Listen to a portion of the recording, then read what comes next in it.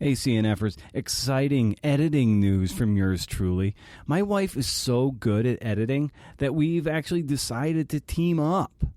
If you want 2 for the price of 1 and you're ready to level up, email me and we'll start a dialogue. I'm going to run point and do all the calls and do all of that stuff, but she's got that eye. If she wasn't in the work she's in, she would be a dynamite editor, and she really likes it. It's kind of like a puzzle for her, and she's amazing at puddles. Puddles? See, damn it. There's a song lyric that I think about a lot, and if it wasn't so long, I would probably want to get a tattoo of it or something, but it's from the band Y, and it's, the lyric is I know saying all this in public should make me feel funny, but you've got to yell something out you'd never tell nobody.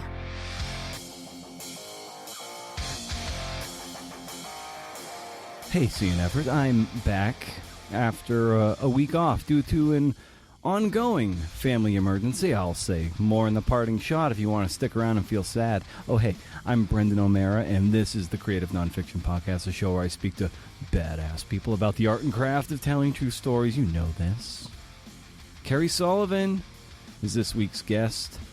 She's had essays in McSweeney's Internet Tendency, among other places. She's K Sul Photo, so KSUL Photo on Instagram, and she's the Grand Marshal for the new book, New Jersey Fan Club, Artists and Writers Celebrate the Garden State. It's published by Rutgers University Press. Why? Who else would publish it, right? It's right on the nose. Love it. It includes essays from Chris Gethard, the comedian and actor, and 2 former CNF podcasts in Jen A. Miller. I like to say Jennifer the Miller, Scott Neumeier, and even comics from the likes of Frankie Huang, among others. Photos. It's like a multimedia New Jersey extravaganza. It's a snackable book that represents the entirety, the totality of Jersey. It's more than you think, man. It's more than the Turnpike or the Parkway. I'd encourage you to keep the conversation going at CNF Pod on Twitter or Creative Nonfiction Podcast on Instagram. Consider heading over to our Patreon page to help support this enterprise. It's a big ask. Listen, I get it. I'm already asking you for your time every week when the show comes out. And on top of that, I have the audacity to ask for $2 or $4 a month. But those dollars, man, holy shit, they mean a lot. And it would be great to just see those coffers grow. It'll help with the audio magazine, the production. It'll keep, I wouldn't have to take on ads. If it's 100% listener supported, it means more. I feel like there's more enrollment that way. And I'd love to see you join that crew. Transcripts and some other goodies come along with the turf. What also means a lot are kind reviews on Apple Podcasts or ratings. We've got 121. Amazing. And if you leave a written review, I'll read it right here. I think in this era, it's all the more important, especially as writers, to leave reviews for the books we read and the podcasts we listen to. It might not feel like it helps. It might just feel like a drop in the a drop of water in the ocean, like it doesn't matter. But for us, it matters. It truly does. It validates the enterprise. And it might just persuade another CNFer to join our little brigade here in our little corner of the internet. Show notes to this episode and a billion others are at BrendanO'Mara.com. Hey. There you may also sign up for the Up to 11 Rage Against the Algorithm newsletter. First of the month, no spam. As far as I can tell, can't beat it. Yeah, had a really nice conversation here with Kerri using my backup microphone. So if it sounds a little weird or doesn't sound as good, or maybe, I don't know, maybe it sounds better. It beats me. I'm self-taught. I don't know what sounds good anymore. Anyway, it's I'm recording this in the basement of my sister's house. It's pretty quiet down here. Basements with carpets make for great podcast studios. Pro tip.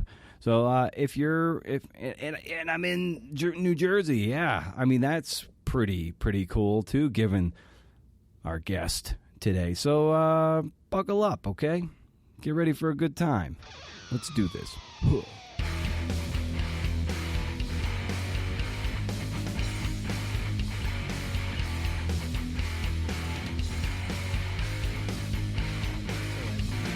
rocking and rolling. Tell me everything about Haribo Star Mix. It's good. I haven't had it in a while. I think they came out with some new other kind of mix thing, which I haven't checked out yet. But yeah, I definitely buy that occasionally at the grocery store. Yeah, and yeah, it's I mean, for people who might not be familiar with that, and I guess your extreme love for looks like twin snakes, you know, maybe give the audience what they the 411 on twin snakes. Well, so they're gummy candy, and they have 2 flavors, which is why they're called twin snakes. And usually they're not very they're not really sour. They're a little sour, but they're not like covered in sugar the way like other gummy worms are usually covered in sugar. And they're just really good. Nice. This reminds me a lot. Like there's an episode of Parks and Rec where Andy he's describing like the flavor profiles of different Starburst. And he's just like, if you mix this one and this one, it brings out the something of the Starburst, and it's just like like candy connoisseur. Yeah, stuff. I think candy is important. It's a vital food group, right? I take my candy seriously. Now, according to your websites, you go things you write about include New Jersey, relationships, money, libraries, food, and things I'm obsessed with. So, what are some of the things you're obsessed with that don't include New Jersey, relationships, money, libraries, and food?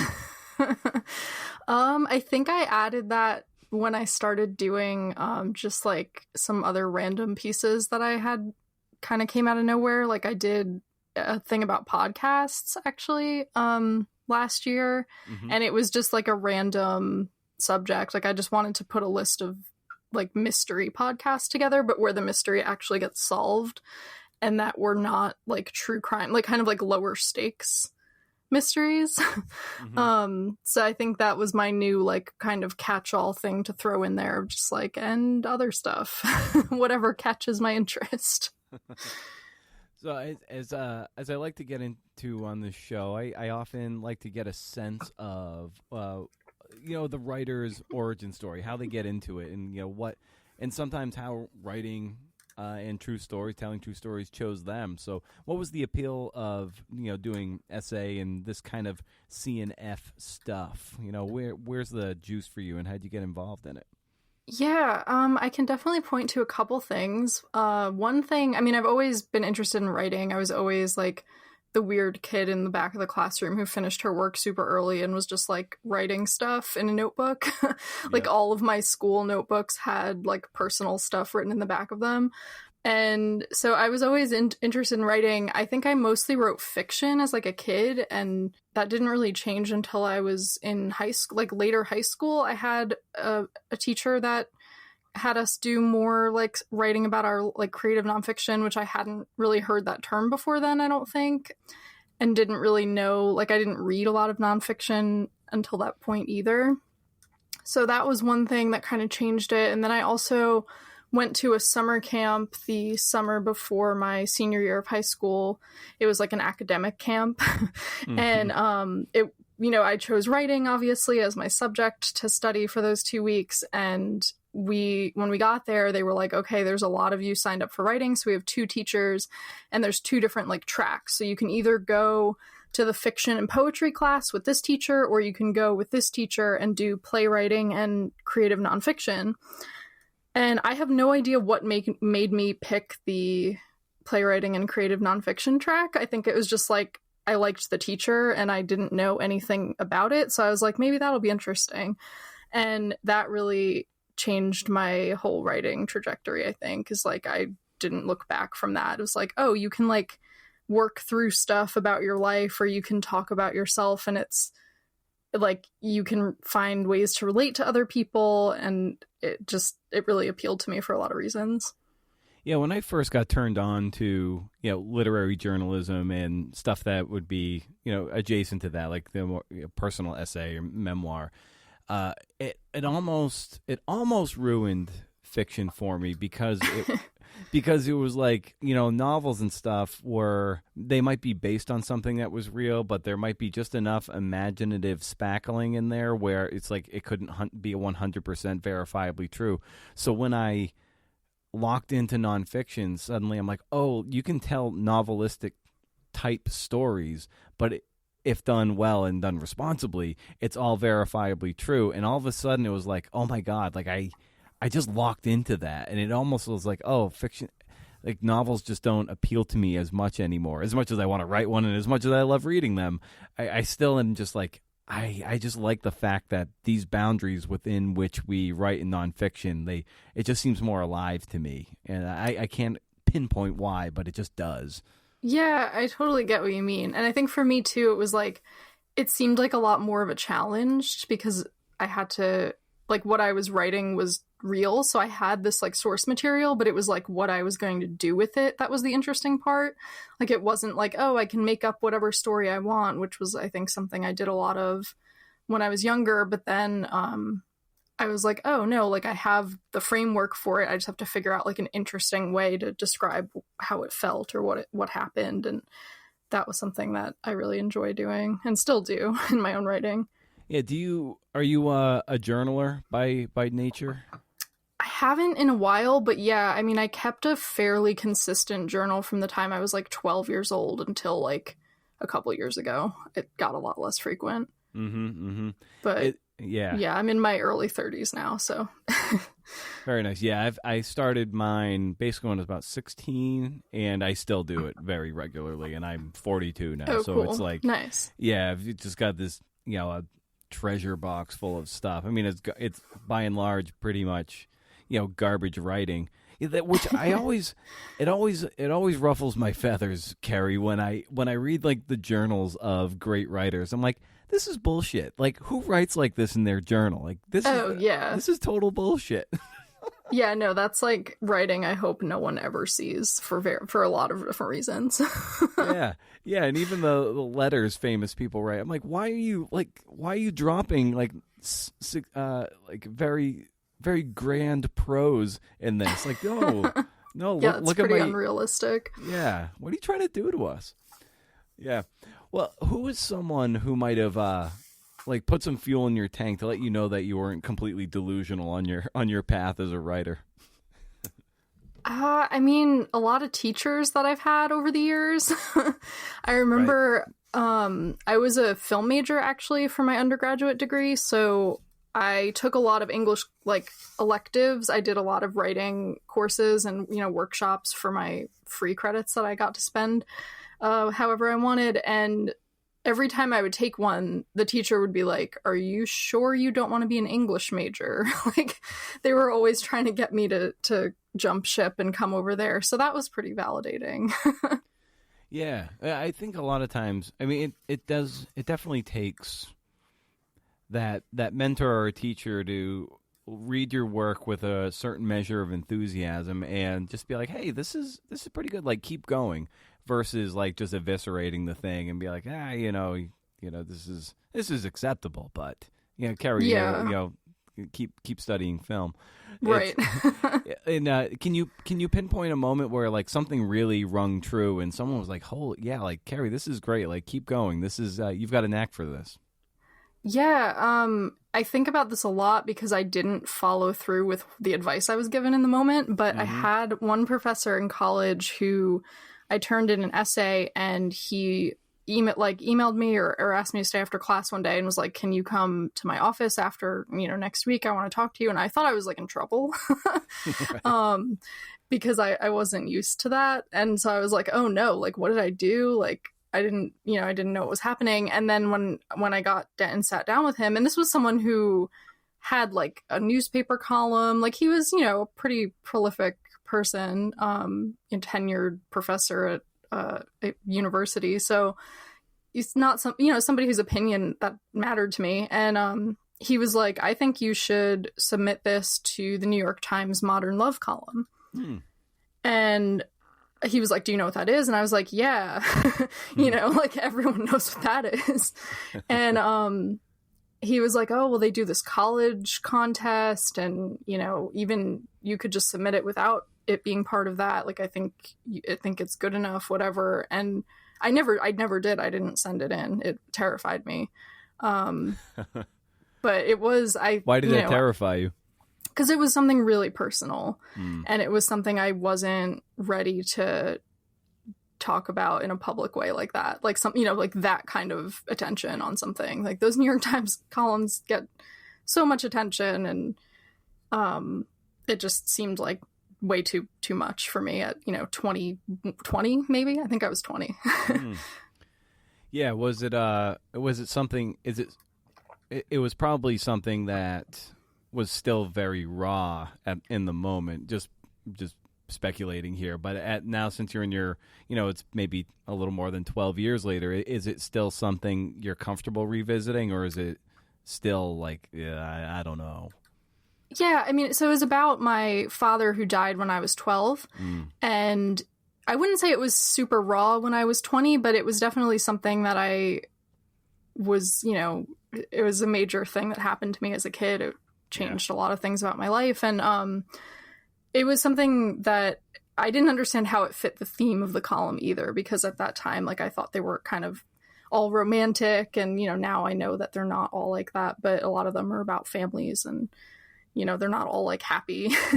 But yeah, it's something that I have a lot of notes that I've written on this subject, but I've never successfully been able to like feel like any of them were done, or any of them were like good enough, or any of them said everything that I wanted to say.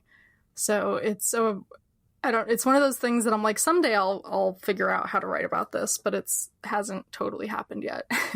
Yeah, so I'm terribly sorry to hear that your dad passed when you were so young. That's awful, and that's also the time that you started journaling. Did those two go really hand in hand as a way for you to process it? Yeah, it was. So I started, I guess maybe it was even earlier than that. I started journaling then, but yeah, like the school social worker, when my father had cancer, so when he was like sick, like I had to go and sit down with the social worker, and my mom told them what was going on at home, and they were like, oh, you should get a journal, and you like writing, and your teachers say you're a good writer, you should find a way to do that. So yeah, that was definitely like the beginning of why I had a journal. Now, writing about grief and stuff of that nature can be really challenging, especially since a lot of people have done it and done it very well. You sometimes have a thing like, how can I write about this thing that's unique to me, but make it universal enough where people can really tap into it, maybe relate to it, but also put a little spin on it that is a little bit different. So over the course of the years, as you've kind of metabolized the information, and you've been, you even said like you haven't quite figured out how to do it. What are some examples that you've read where you're like, oh, okay, maybe this is going to be kind of that skeleton key that might help unlock, this particular essay that's, I suspect you'll write about at some point. Yeah, you're probably right. Yeah, I don't. So many people have done that topic really well, and I'm trying to think of something recent. I mean, you had her on your podcast, I think, Lily Danziger. Oh yeah. Yep. Certainly, her memoir, Negative Space, was something that I really enjoyed reading. Yeah, that was great. Yep. Working through the loss of her father and stuff that he left behind. I thought that was a beautiful book. But yeah, I don't know. I'm not sure what form it's going to take yet, because it's not just straightforward like sadness. Like I have a lot of anger also, because there were a lot of things that I found out about him later on when I got older that I have a lot of feelings on. So there's a lot of complicated stuff in there, and there's a lot of people too that are still around that I don't really want to implicate in anything or bring their stories into stuff. Like, it's just, I don't know. It feels like one of those things where I'm like, I have to wait a long time before I'm going to be like comfortable putting something about this out into the world, but yeah, we'll see. Yeah, well, and that's the rub with nonfiction too. It's just like if I were novelizing this, all right, I can change the names, fudge a few things, and I can write it now. But it's like if I really want to be safe, I'm like, God damn it, that person probably should die before I write this thing. Yeah, yeah, yeah. Or just like, I don't know, people that I'd have to have more in-depth conversations with and be like, I want to do this thing, and like that's, I'm not going to apologize for it, and I just want to tell people, ahead of time so they're not surprised. Oh, for sure. And it's one of those things too with writing about family, and no one knows really when you're born that they're, in essence, they could well, unbeknownst to them, be raising a writer, and right. And they're like, oh my God, like saying all these things, and all of a sudden, like, oh my God, I was unknowingly on the record this entire time, and now it's like, oh shit, all this material could possibly come out. So it's murky business, raising a writer and becoming one. Yeah, I don't think I'd want to be on the other side of that. It's got to feel incredibly raw and just very nude in a way. It's just like, oh my God, like you're gonna write about that? Like I thought that was private. I thought that was between us, and now suddenly you're like, oh, okay, you're gonna broadcast it now a little bit. Yeah, I think it's people who aren't writers don't understand that impulse. Like they're just like, like why would you want to tell someone something so personal? Or like people who have a lot more shame too. Like I don't have a lot of shame, so I don't feel that way. But like I can understand some people who feel like, oh, like this stuff is like private or personal or shameful, and I would never want anyone to hear it. And I am very much in the opposite boat with a lot of things. Like there's a song lyric that I think about a lot, and if it wasn't so long, I would probably want to get like a tattoo of it or something. But it's from the band Y, and it's the lyric is like, I know saying all this in public should make me feel funny, but you've got to yell something out you'd never tell nobody. Mm-hmm. And I feel like that's very much how I feel about writing about my life. Do you have an idea for a great new podcast? You can bring your idea to life and start your podcast today with Libsyn. Our podcast has been on Libsyn for, 3 or 4 years now. I can't remember. But we switched and we like it.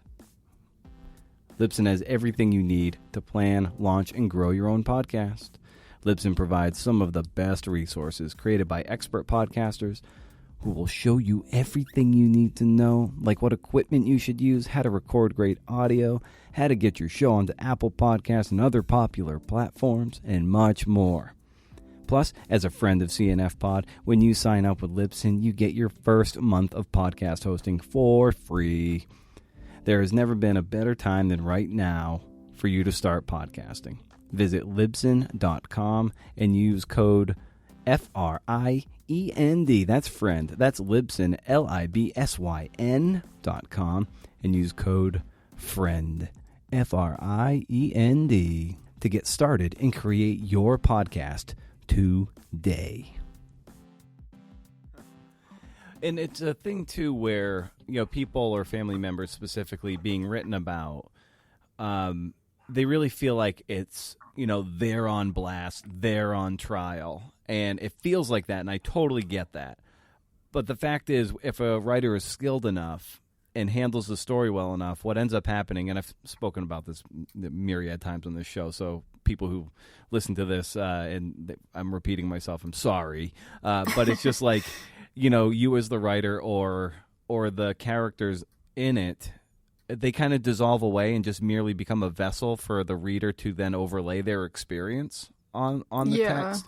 And so they're no longer they're no longer judging, I don't know, like your father for doing something, my father for doing something, and they're just like, oh, I'm thinking about my experiences with so and so, and they don't think of so and so as like a total dick. They might have been a dick in the moment, but you're not like, I'm not going to hold you, I'm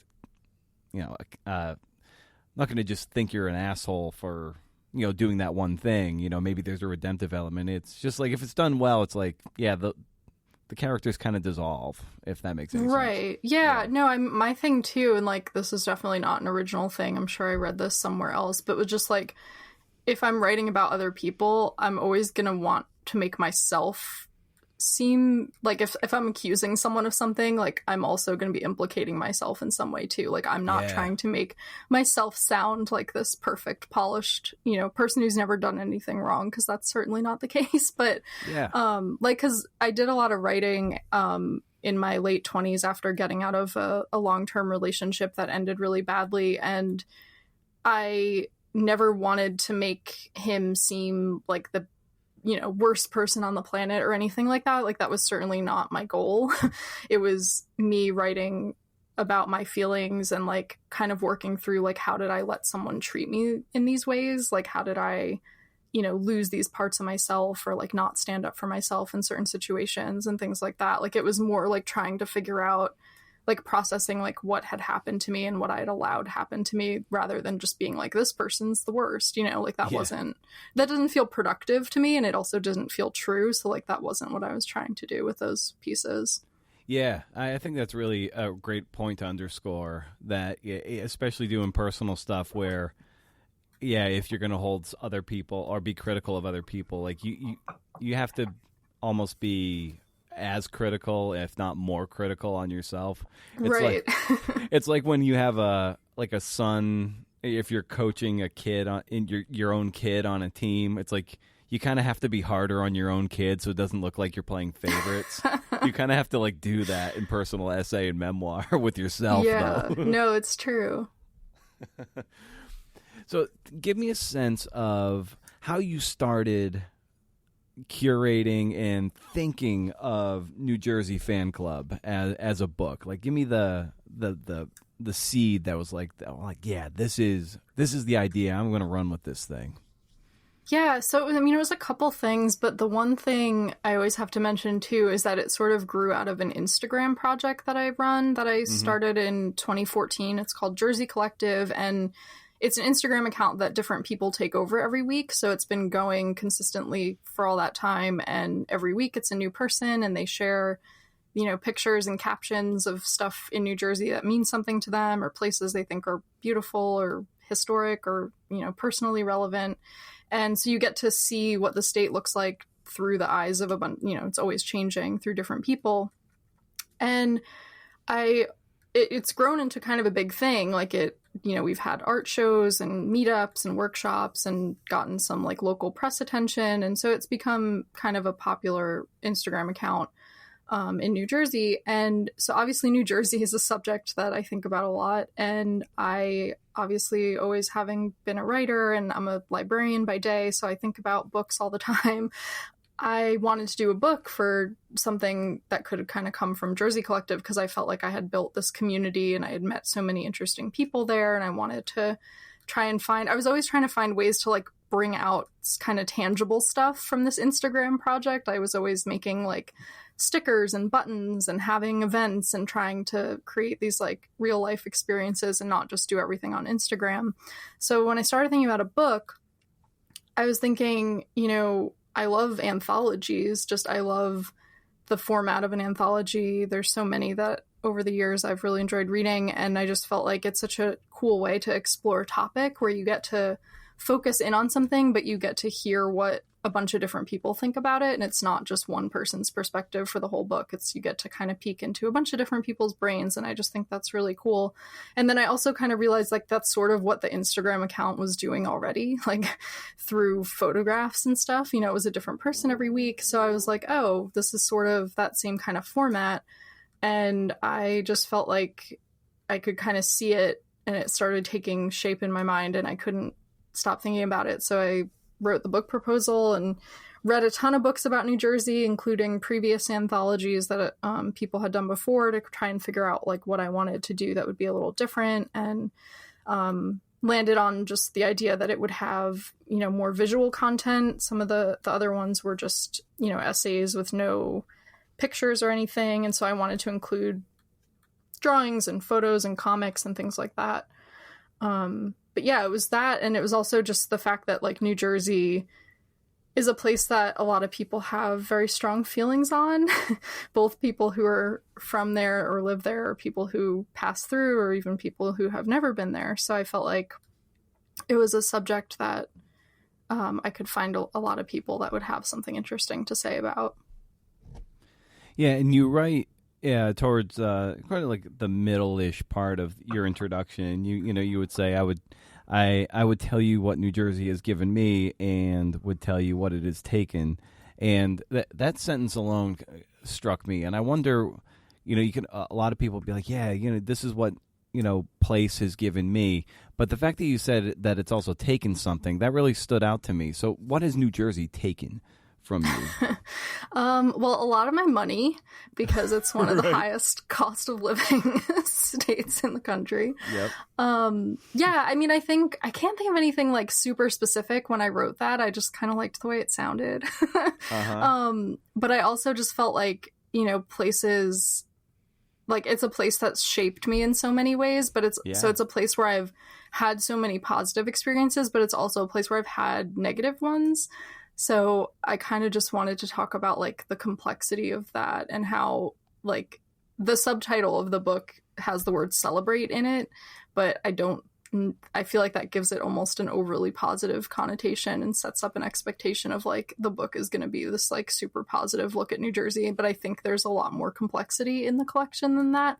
But yeah, no, I mean, I just think like, some of the worst disappointments I've had have been here. Some of my favorite places I've had fights with friends or things like that, and got bad news or learned disappointing things that affected my life, and I can still picture like certain places that I've been or stuff like that. Yeah, and to your point of not making it super celebratory and just totally like rah rah rah, even though like the goldfinch has the finger, the foam finger, so you think it's like total rah rah rah. But you were looking to strike a certain measure of complexity and nuance with a lot of these pieces, and they're all pretty short too. So like, how did you go about curating the material and even like coaching the writers maybe to write what they want, but probably be like, all right, let's try to let's strike a certain tone here that is very real and three-dimensional. Yeah, the work came through a couple different ways. I did have an open call for submissions and pitches just to see what came in that way. So I did have about like 200, I think it was over 200 submissions to that. And I did find a lot of really great stuff in there, and a lot of great stuff I had to decline as well, just because it was too similar to other things or not the right length or things like that. But so that was really cool just to see like who was out there that I wasn't already aware of. I also reached out to some people individually who I knew were people who, wrote or made art and possibly would have something to say about New Jersey. And I kind of had read, over the years, if I read an interesting essay or something and the person mentioned being from New Jersey or had it in their bio, I kind of would like file that away and just think, oh, if I ever make this book, like I'll ask this person if they have anything to say. And a lot of those, it was just a matter of being like, oh, I'm doing this thing, like this is who I am, and I liked this thing that you made, and would you have anything do you have an interest in saying anything about New Jersey? Like it could be whatever you want. Because some people, it was just like I liked their work and I wanted to see what interested them, and kind of gave them the freedom to explore whatever they were looking for. And then I also had some topics in mind for the book, certain pieces that I wanted to see in there, and then I had to kind of find the right person to make them. So it was, whether that was writing or artwork, had to kind of figure out who's like the right fit for this type of thing and would they be interested in doing it. And that was pretty much the editorial process. And what do most people get wrong about Jersey? There's so many things. Lots of things. Yeah. Yeah. I think a lot of people think that we have like a weird accent, which I have been talking a lot in this recording, so I'll leave that to the listeners to decide if I have an accent or not. But I don't think I have the same accent as like the people on like Jersey Shore or The Sopranos. But I think there's that, and then that's kind of a silly one. But then there's also like, I think people don't know that we are one of the most diverse states in the country, and we're also the most densely populated. So there's a lot of us from all over the place, and we're all on top of each other, so we have to kind of learn how to get along. Yeah. And then, of course, people have this vision of what the state looks like physically, which is that it's a bunch of oil refineries and highways and our lovely airport that people love so much. And obviously, that's not the full picture of what what the state looks like. We have some really beautiful parks, and part of the Appalachian Trail runs through New Jersey. We have, the shoreline obviously is one of our more popular tourist destinations, and we also have the Pinelands, the Pine Barrens, which is a really interesting ecosystem in South Jersey. And we have a lot of the Garden State is the nickname, and that's because we do have a lot of really rural areas, and sometimes they're right near more suburban ones. You could drive. I live in Essex County, which is a pretty suburban, if not urban in some part of the state. I can see the New York City skyline from parts of my town. Like, we're very close, but if you drive like half an hour from here, you could be in a very rural area. And Jersey is home to John McPhee. That's right, yes. Celebrate the Princeton native, and certainly my favorite narrative journalist of all time. Yeah, at a Princeton. Yeah, he's great. Yeah, and my family kind of relocated, but yeah, I'm down here in South Jersey right now recording this, and it is almost all farmland out here. Yeah, and people see this, they're like, oh wow, like I didn't realize New Jersey had these gigantic acres of just pure farm and produce. Right. Yeah, I think a lot of people, like I said, their only experience was maybe they flew into Newark instead of JFK one time, and they got a very bad impression of what New Jersey looks like. Yeah, and like in this collection too, I do love how there's visual elements too, whether it be photographs or comics, and it's such a great, I think, amalgamation of like different media, which is really kind of I think in a way a meta commentary on Jersey, like you were saying how diverse Jersey is. I'm like, well, this book kind of is a meta commentary on that, and just the way it's constructed. I that kind of struck me as I was reading it. I like that. I'll borrow that. There you go. You can use that for your next book signing. This book is kind of a meta commentary on the diversity of New Jersey. Some jackass on a podcast said that. Yeah, I mean, I am a big fan of comics. I really enjoy reading, especially like graphic nonfiction. I love graphic memoirs. I think it's just a really, really cool exploration of people's lives, and that's like one of my favorite things to read. So when I, was putting together my proposal, and then when I was putting together the book, I was like, well, I'm going to include a lot of stuff like that, because and I think some people also, like, I hope some people have never encountered that before that pick up my book and are like, oh, this is cool, like, where can I find more stuff like this? And check out more work from the contributors, but also just to maybe get into some different styles of work that they never considered before, which is another cool thing that anthologies can do, is just introduce you to like different kinds of work and different people, and hopefully give people some more stuff to check out when they're finished reading it. It was cool to see, Chris Gethard have a piece here. He's a comedian who I love his work whenever he's acting. And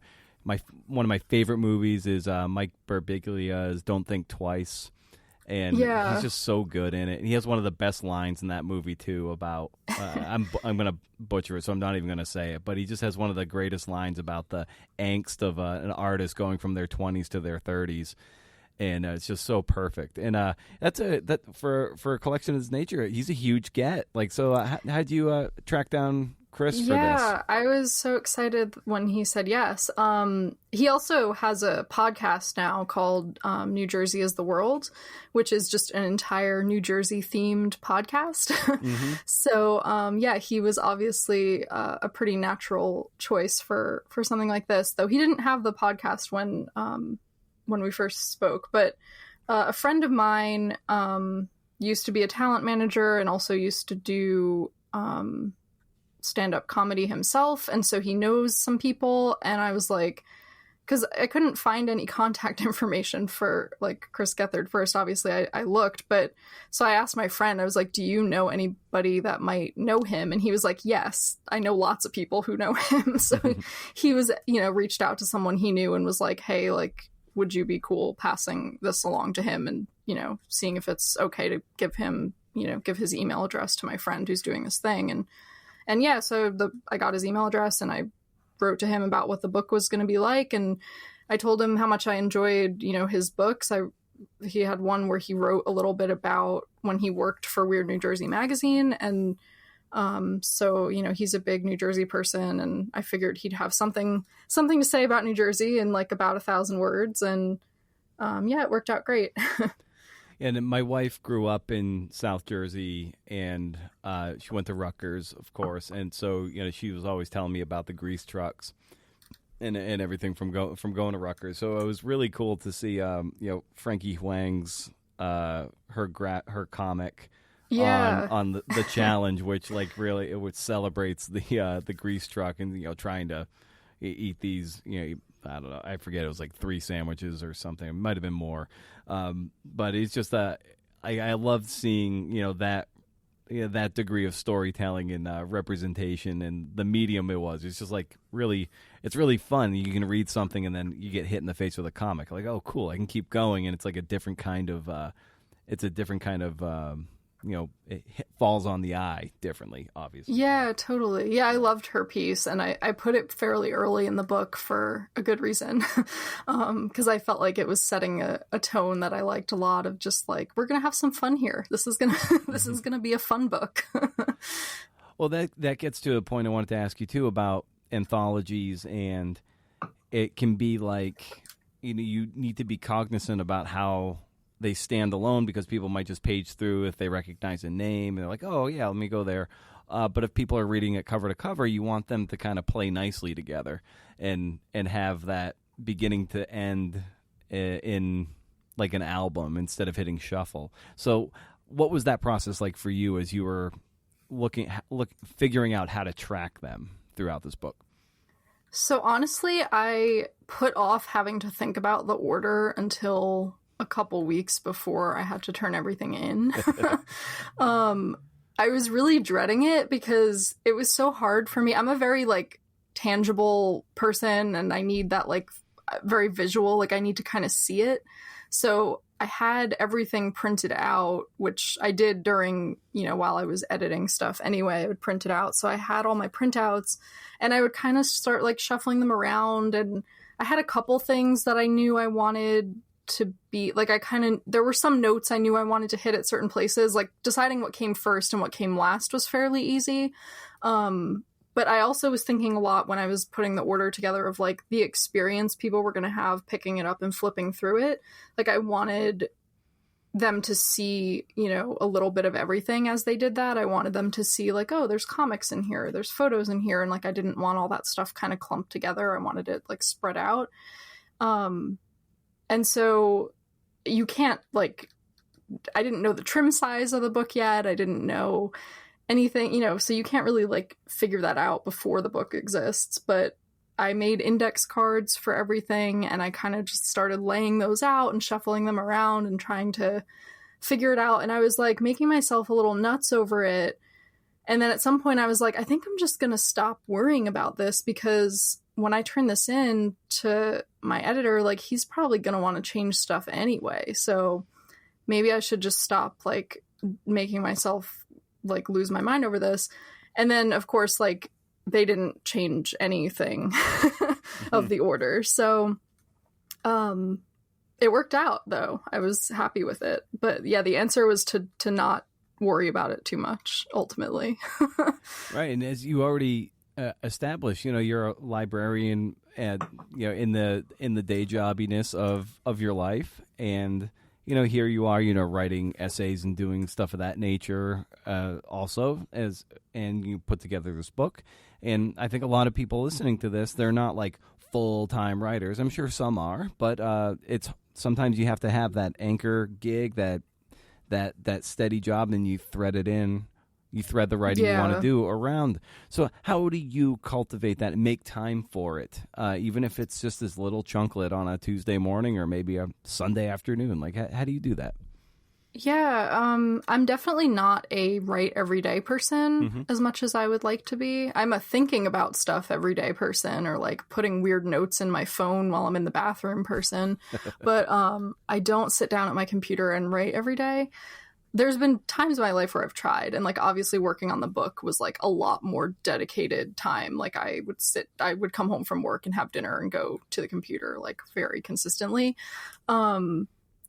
And luckily, I have a job where I work nights at least once a week, sometimes more. So I go in, I have to be there at 1. And so I kind of get that morning, which is nice. Especially because like I live with my boyfriend. And so coming home from work, it's like we have dinner and then we hang out and watch TV or, do stuff like go for a walk or whatever. And it's easy to just like not, when there's another person in the house, it's easy to just like not go do your thing. Oh yeah. So in the morning it's nice because like he's at work and I have my little chunk of time and I have a set time I need to leave. So it's like, it doesn't feel like, oh, I have to sit here and do this on, all night or whatever. But yeah, so that, and then I also, the other perk of working for a public job is you usually get pretty good PTO. So I took a lot of time off while I was working on the book, just like half days, skip out early, or full days once the deadline was getting nearer. I just kind of built in some time to make sure I would be able to, have a good couple days where I could do nothing else but work on the book. So yeah, a combination of that and just like evenings, weekends, but yeah, I have kind of a long commute too, which is not ideal, but I like where I work and I like where I live, so it's just how it is for now. But so sometimes like I think about a lot of stuff while I'm in the car too, and then when I get home, I'm ready to like sit down and dump a bunch of stuff out. To me, that is still writing. When you're processing thoughts, or if you're driving into work or taking public transit or whatever, it's like that time thinking about it is every bit as valuable as the sitting down at the keyboard and banging it out. So it's yeah, I think so. Yeah. So it sounds like you're like metabolizing stuff. Like, okay, this is maybe later I'll take some notes here when I'm I have just like a lot of notes, and then when I actually sit down, I'm like, oh, my notes like cobble together quite a bit of words. Like it doesn't feel like a lot, but then when I sit down and actually start looking at it, I'm like, oh, this is like I'm further ahead in this process than I thought I was. And when you were kind of getting into writing and this kind of stuff, did you have that kind of if you're growing up and you're a big baseball fan or something, you've got like posters on the wall of like your favorite ball players or whatever, and not that you would have posters of your favorite writers, though maybe you do. Who are some of those writers that you were like, oh man, if everything goes well, and like maybe I could carve out a career that's kind of like fill in the blank? I don't know. I never really saw myself as being a person who would write as my whole job. Like I just never could imagine such a thing.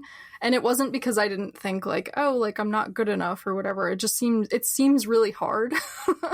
And I still think it seems really hard. And I just feel like I am not a person who can be like left to my own devices to have to try and, I need more structure than that.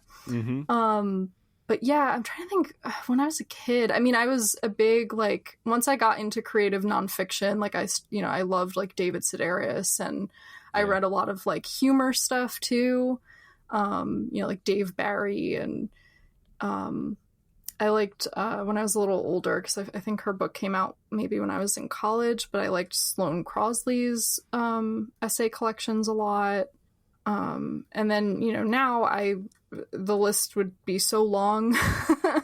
But I mean, I really love like Melissa Phoebos and it's just too many people. Takira Madden's memoir was really special to me as well, and yeah, it's a long list. Would you say you're more drawn to like sort of cover to cover memoir or like a collection of essays? I think collection of essays. because I think that's more what I would want to write probably. Mm-hmm. I like reading both, but I mean, like I love like Maggie Nelson and Leslie Jameson. You know, those are usually more like essay collections. Yeah.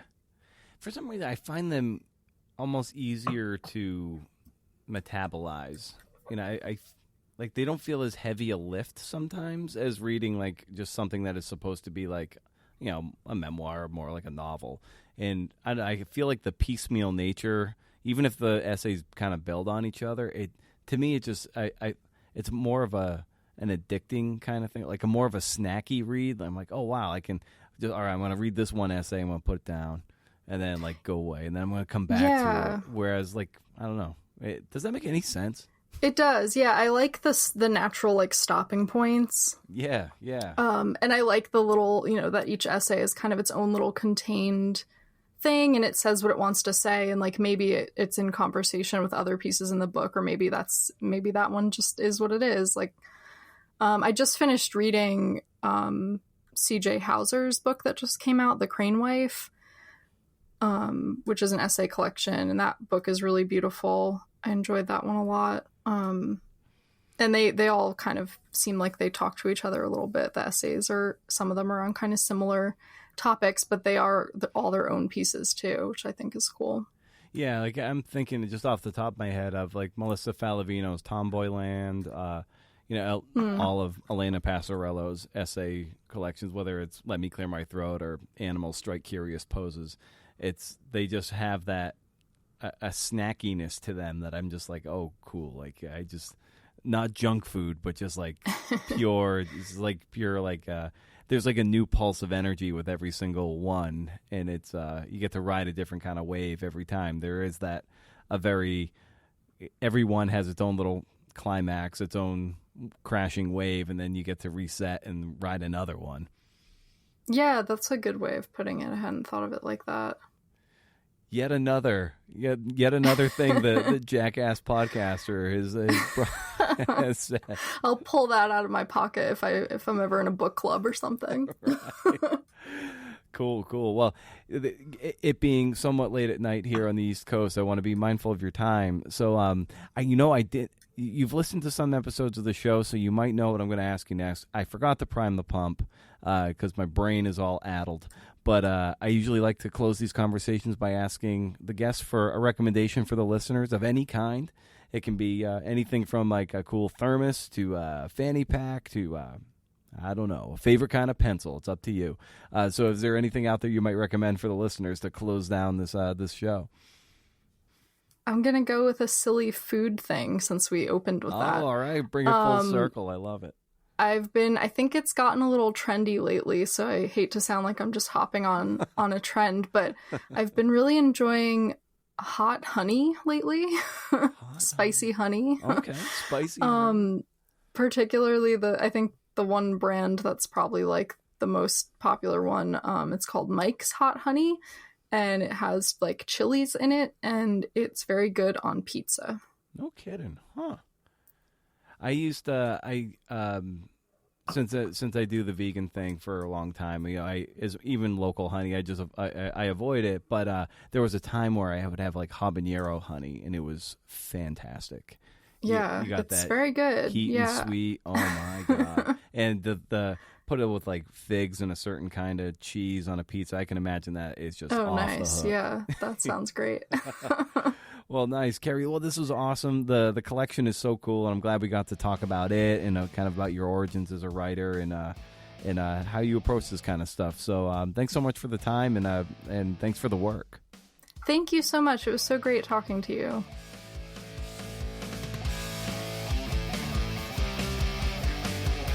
Oh, can you believe it?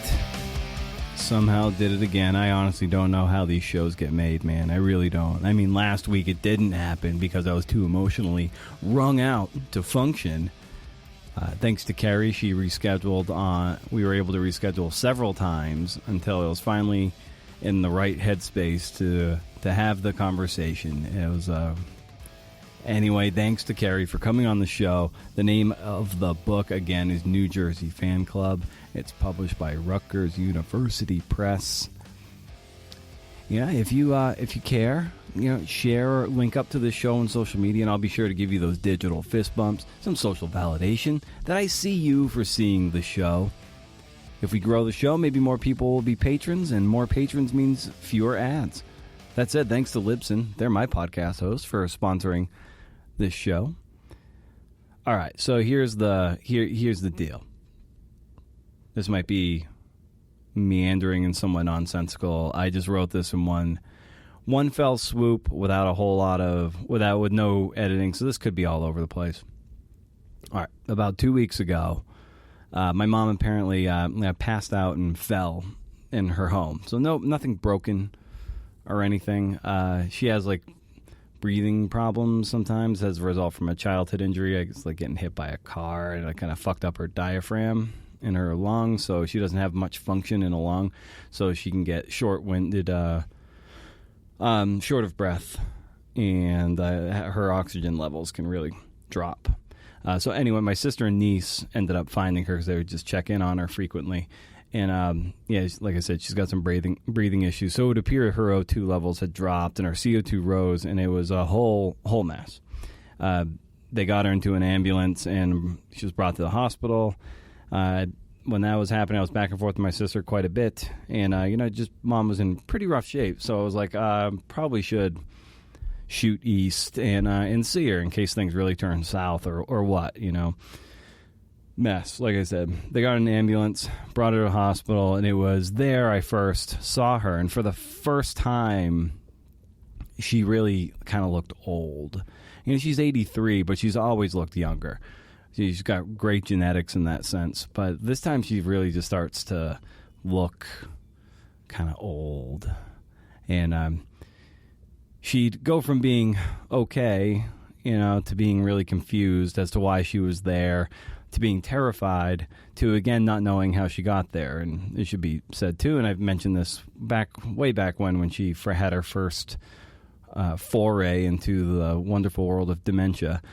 It's right now it seems pretty advanced. I don't know if this whole episode kind of kicked that into higher gear. And it's just seeing her in this position, pretty powerless to move on her own. No short-term memory because of the dementia. It wasn't as unbearable for me to watch. I left that first day and just started bawling. I had to run into a bathroom, lock the door, and just let it out. And I'd bawl several times a day for several days in a row. And then we got her to a rehab facility now, and it's far more institutional. It's not as cozy as the hospital, and not quite as much attention there. So you really have to. Nurses are they're fine for the most part, but you really kind of have to stay on top of them. And I have to. With my mom, I have to keep reminding her why she's there. She thinks my sister is keeping her there, and she has this thing in her head that my sister is out to get her and hates her.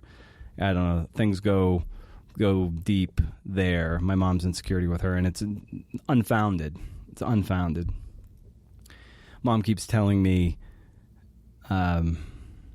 she just wants to go home. She wants to go home. Meanwhile, my sister had to leave the country last week with her daughter for a soccer thing. So I've been handling all these visits and stuff and dealing with caseworkers and medical stuff on my own. Just talking. It's not a super heavy lift, but it's just I'm really kind of on my own with it, and I'm just ill-equipped for it. I guess who is until you have to be. It's just, yeah. Yeah, like I said, Mom keeps asking, how did I get here? Why am I here? I want to go home. Let's get out of here. And she can't walk on her own, really. Her balance is bad. She can't stand up for a long period of time, otherwise she gets out of breath. She has to be on oxygen. She can't really use the bathroom on her own. And this other horrible time, she somehow got herself to the bathroom, but then just started panicking when she was in there. She might have forgotten how she got there, and she's just screaming from the bathroom for me not to leave and not to forget her, and that she wants to go home. She's like, my son, my son, my son. Anyway, so I had to go run and grab a nurse. And that's the other thing. If my mom were even of sound mind, she wouldn't ring the bell for the nurse for anything. She doesn't want to inconvenience anyone. And now if she does happen to ring it for a nurse now, she's liable to forget why she rang it. And then you'll be like, oh, what do you need? She'll be like, oh, I'm good. And so that's... so she's usually nice to me, but sometimes she gets a bit mean when... Like one time she's like, oh, do I have any legal... do I have any legal standing here? Can't I just sign myself out? And I'm like, I can't do that. You know, you have to... It's the therapist who will let you go. And she's like, they'll never let you out. I'm here for life. You know, you turn your back on me. I don't see any fight in you. You're not a fighter. And I just have to take it on the chin. Because you can't argue. You can't reason. So, and of course, like she's just saying it. And she's not like yelling at me. She's actually saying it kind of like sweetly, like just disappointed. Like, oh, you know, like I thought maybe you had more fight in you. But I see you don't. You're not a fighter. You're going to turn your back on me. And so my eyes are just welling up and tears are falling down my face, into my mask, into my N95. I don't know what's next. I don't know if this is going to be my life for the indefinite future. I mean, I miss my home, my wife, my dogs, my life out west. I have no answers from my mom. And she has no memory of when physical therapists or occupational therapists or speech and cognitive come by. So I can't even reason with her. She'll say, I don't see anyone here. You say I'm here to get stronger, but I haven't seen anybody. I just lay in this bed.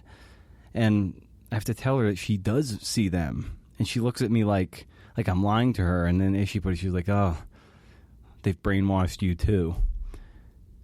So at times she's okay, but then I see the darkness wash over her. And she'll start weeping. And then she'll ask me for the 100th time how long I'm staying or if I can somehow get her out. And then she'll say, like, Brooke put me here. You know, it's my sister. And I'm like, no, she didn't. Then where is she? And for the 100th time, like, she's abroad with her daughter for soccer. And she'll be like, how convenient. And, yeah, it's ugly. So I don't know, CNF. I'm learning on the fly. And it'd be one thing if it was just physical. But you throw the physical on top of the dementia, and it's hell. It is pure fucking hell. And I imagine lots of other people who have dealt with this have it far worse. And they might just say, hey, buddy, just suck it up. This is the game now. But it's sucks no less. So that's why there wasn't a podcast last week, because at the end of each day when I hadn't eaten, because I'm just sick to my stomach all day and I have nothing left to give, I'm not crying as much anymore, which is promising. I wouldn't say I'm scarring over or getting callous. I'm just coping a bit better. It's not as much of a shock to my system anymore. Trying to get some exercise, trying to eat good food, trying not to drink too much. I think I'm succeeding for the most part. My brother-in-law and nephew are here. You know, the others are out of the country. So sometime at night, it's, you know, if we're just all hanging out, they kind of keep my mind off things, which has been nice. So that's where we're at. If you've hung out this long, and I don't know what else to say. I don't know if there'll be anything next week. I don't know if I'll be able to line anything up. I don't know.